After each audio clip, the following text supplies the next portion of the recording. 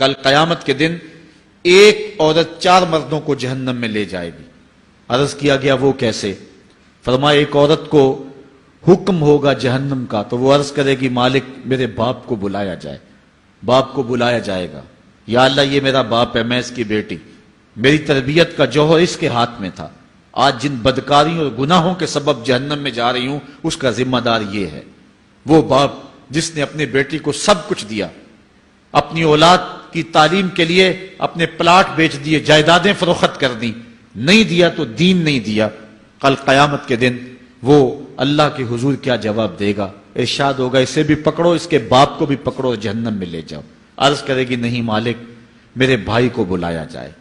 بھائی کو بلایا جائے گا، مالک یہ میرا بھائی ہے، میں اس کی غیرت تھی، میں جن راہوں پہ چل کر کے تیرے عتاب اور تیرے قہر و غضب کی حقدار بنی اس کا ذمہ دار یہ ہے، اگر یہ مجھے روکتا، اپنی آبرو کی حفاظت کرتا، اپنی ناموس کا پہرا دیتا تو میں ان راستوں کی مسافر کیسے بنتی؟ میری خرابی کا ذمہ دار یہ ہے۔ اب وہ بھائی کیا جواب دے گا جو چوکوں اور موڑوں پہ کھڑا ہو کے آنے اور جانے والی بہنوں اور بیٹیوں کو دیکھتا ہے اور یہ سمجھتا ہے کہ میری بہنیں اور میری بیٹیاں گھر میں محفوظ ہیں؟ وہ قیامت کے دن کیا جواب دے گا؟ ارشاد ہوگا اسے بھی پکڑو، اس کے باپ کو بھی پکڑو، بھائی کو بھی پکڑو، جہنم میں لے جاؤ۔ عرض کرے گی نہیں مالک میرے شوہر کو بھی بلایا جائے۔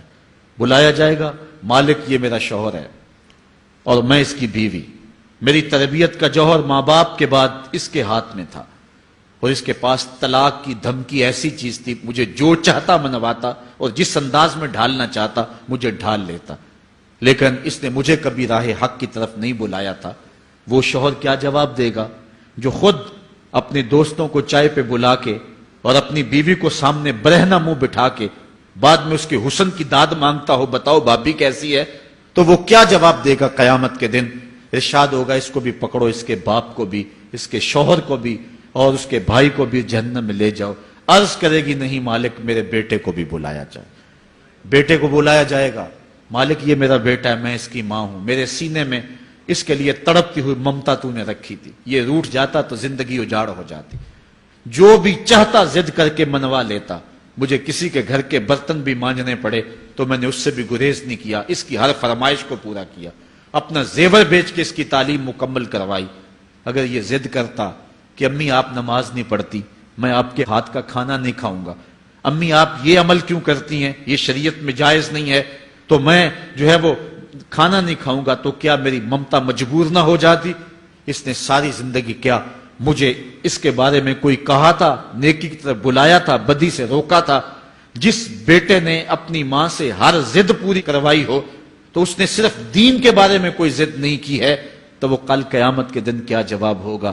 ارشاد ہوگا اسے بھی پکڑو، اس کے باپ کو بھی پکڑو، اس کے خامن کو بھی پکڑو، بھائی کو بھی پکڑو، بیٹے کو بھی پکڑو اور پانچوں کو گھسیٹ کے جہنم میں لے جاؤ۔ فرمایا ایک عورت 4 مردوں کو قیامت کے دن جہنم میں لے جائے گی۔ اس لیے میں اور آپ آج دیکھ لیں کہ ہمارا آخرت کا معاملہ کیا ہونے والا ہے اور ہم نے اس دنیا کے اندر کس طرح اپنی حفاظت کرنی۔